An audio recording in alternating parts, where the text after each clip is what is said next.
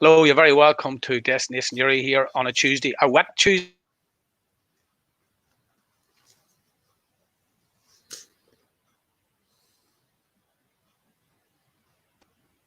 Give up the little quick synopsis for the news. So just bear with me for a minute or two.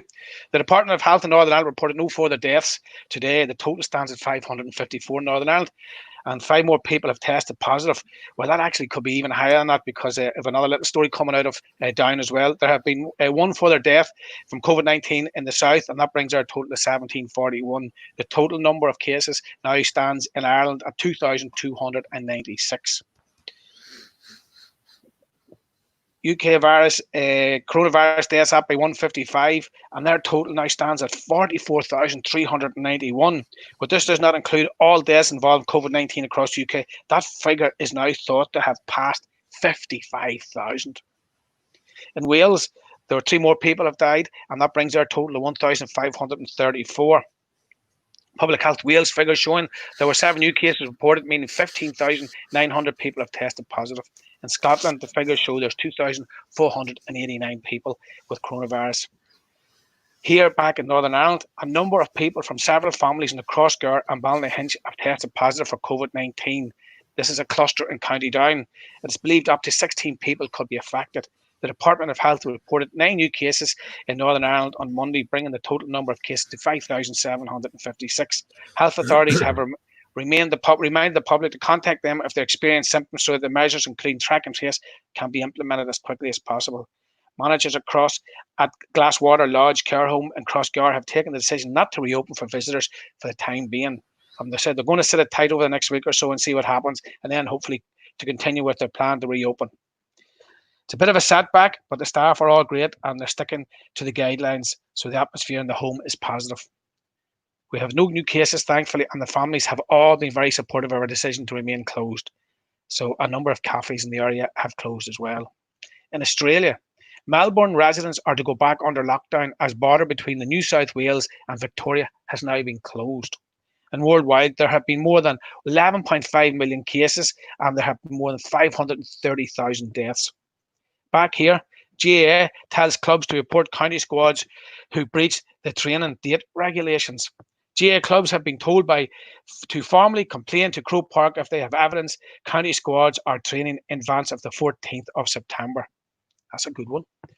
And the Irish economy to shrink by 8.5% in 2020 before the 2021 recovery. The European Commission has said that Ireland's GDP is projected to contract by 8.5 in 2020. The economy here is then expected to grow by 6.25 in 2021 on the back of the pent-up domestic demand release and the global post-crisis recovery.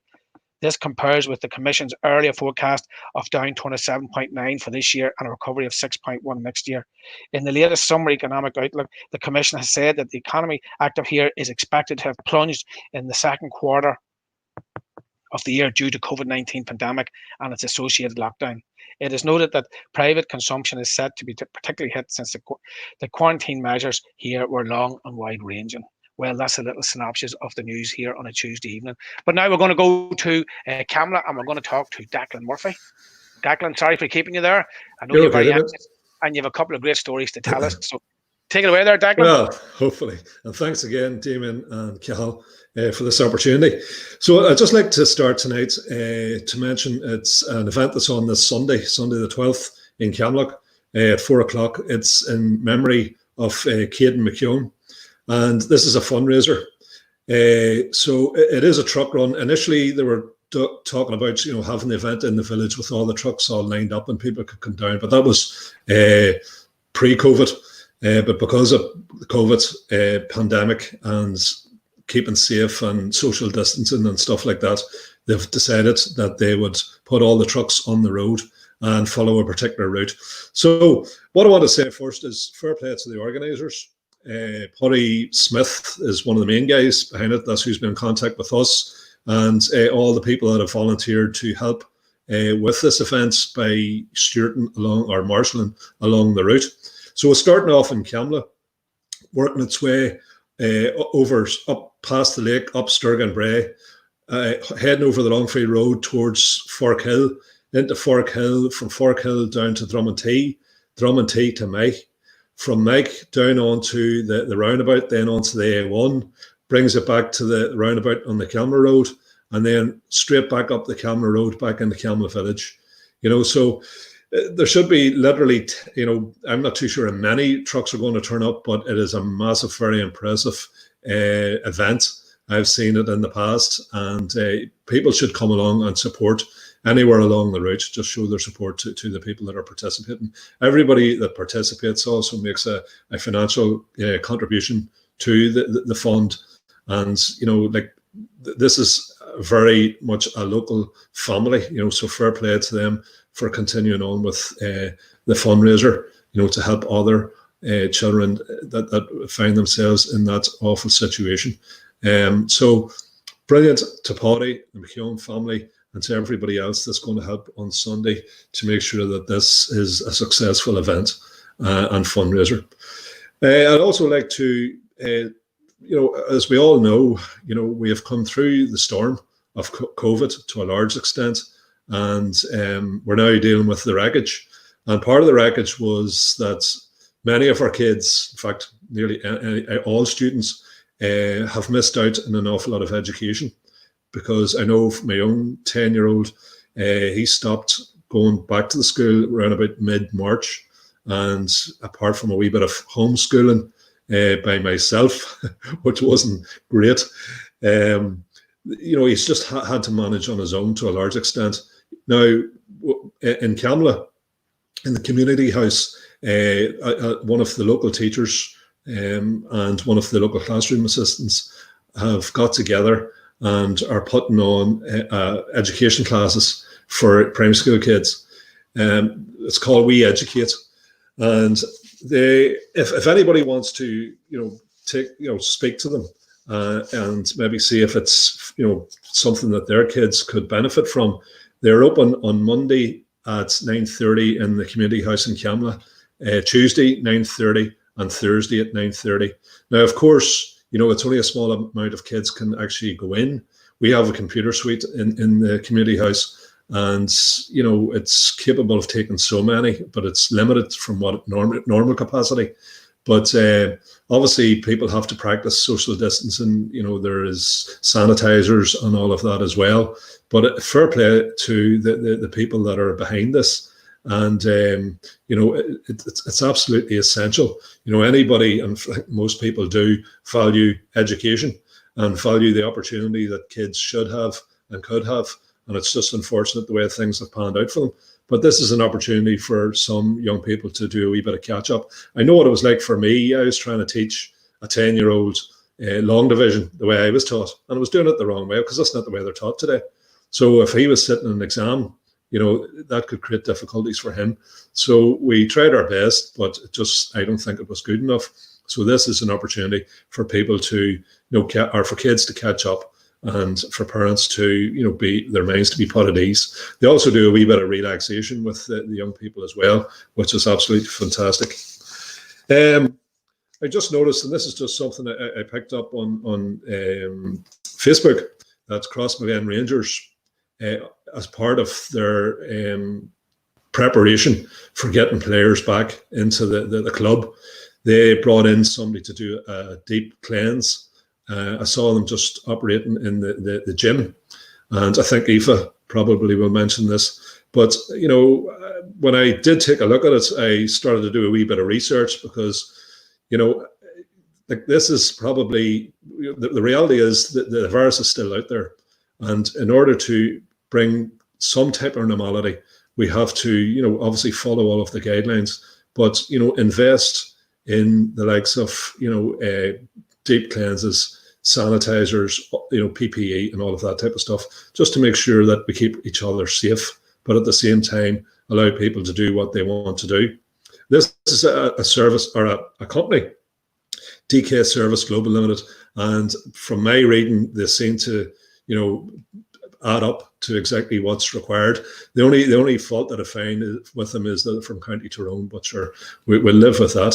But fair play across. I'd like to see other clubs doing likewise, and I'd like to see other premises, and even ourselves in the community house. We have to really, really take this serious.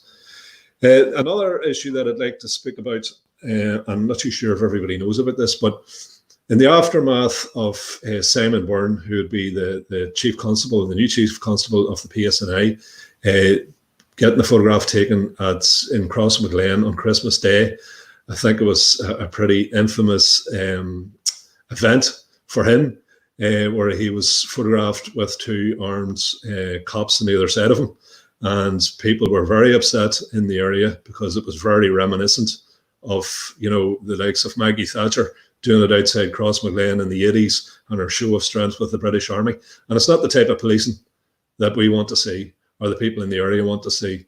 They want to see proper civic policing, not, what we were used to in the past. And that was, cops armed to the teeth, based in heavily fortified barracks. So anyhow, because of the backlash, Simon Byrne, in fairness, decided that what was required was a review of policing in South Armagh. So this is an opportunity for people to have their say. An awful lot of people, are not happy with the policing model as it exists because, the PSNI, they're people still from outside the area. They are based in heavily fortified bases, just like in the past, and they are heavily armed themselves, just like in the past, and operate sometimes in convoys, which isn't conducive to proper community policing. However, that's my view. Everybody else, should take the opportunity to have their view heard. So if you want to get your name on the list to have your say, you can contact me privately by Facebook or on the phone, and I'll certainly endeavour to contact those that are organised on behalf of the PSNI and get you onto the list. I know they have already been in contact with numerous, politicians from all parties. They're also in contact with people from various clubs, community associations, individuals, everybody and anybody that think they have a view on this and would like to be part of shaping policing in South Armagh. Well, this is, a great opportunity. The last time we had an opportunity like this was in 1998 when you had the Patton Commission. Then Patton obviously had the recommendations in 1999, and some were implemented, some weren't. Again, this is my own opinion. I was disappointed, to date, that we haven't seen the service that I was expecting. But I'm definitely taking this opportunity to have my say and, hopefully shape the new model for policing in South Armagh. Another issue that I'd like to raise, and this is something that came up over the weekend, and it's to do with the lack of ambulance service, particularly in the Newry, South Armagh, South Down area. And, again, it's a major issue. It's a major concern. But what concerned me most was, how particular politicians, went about, doing something about this. For me, the art of politics is, first of all, you spot the issue, you analyze the issue, you then highlight it, you then sit down with people that possibly can change, what the issue is, bring about something, a result. And, that's more than likely that the hard work behind the scenes.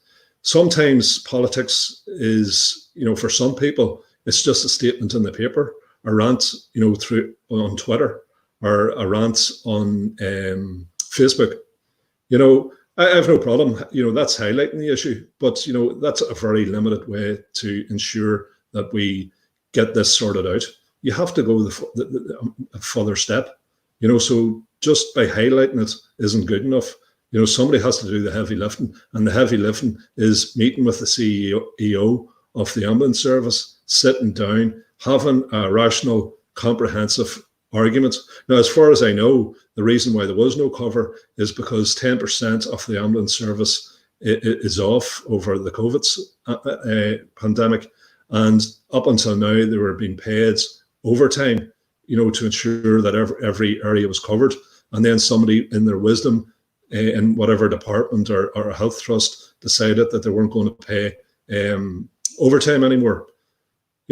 So that will require politicians to get round the table and sit down with the proper authorities and thrash that out and make sure that we get an adequate result and get the service that we deserve. And so as I say, Facebook, Twitter, it's very limited. People need to ask themselves of the politicians that represent you, how far have they gone? And many have met with the CEO, and many have requested to meet with the CEO. What are their arguments, and how are they going to ensure that this doesn't happen the following weekend, etc., etc. So, on a more sort of happier theme, the Rathore Star, their new star has been put up in Camlough Mountain. I think it was done last Tuesday.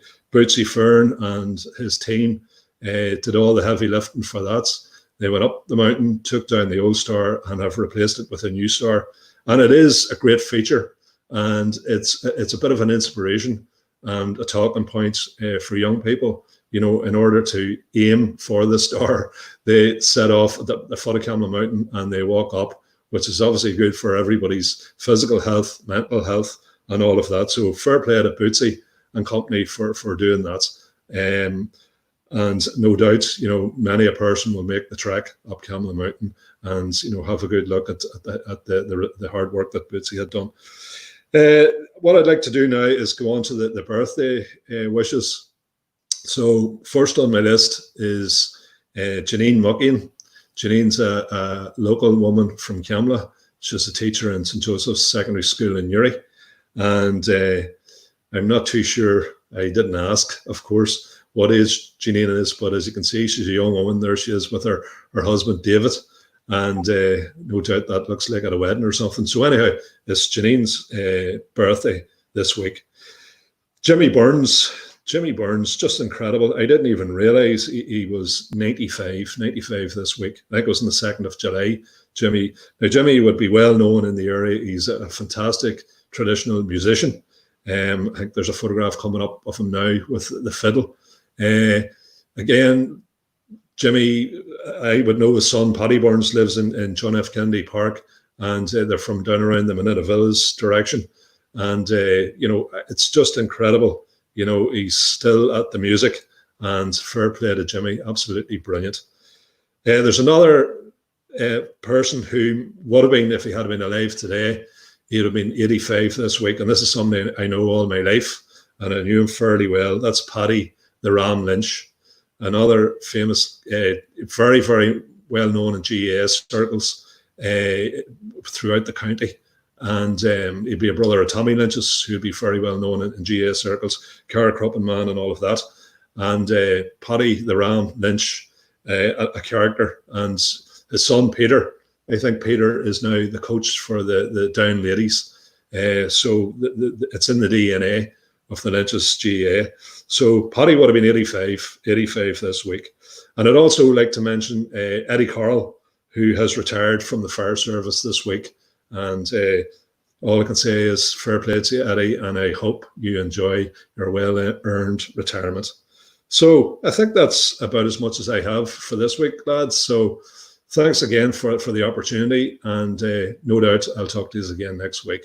Declan, you raised some good points there. I would just like to say about the Chief Constable.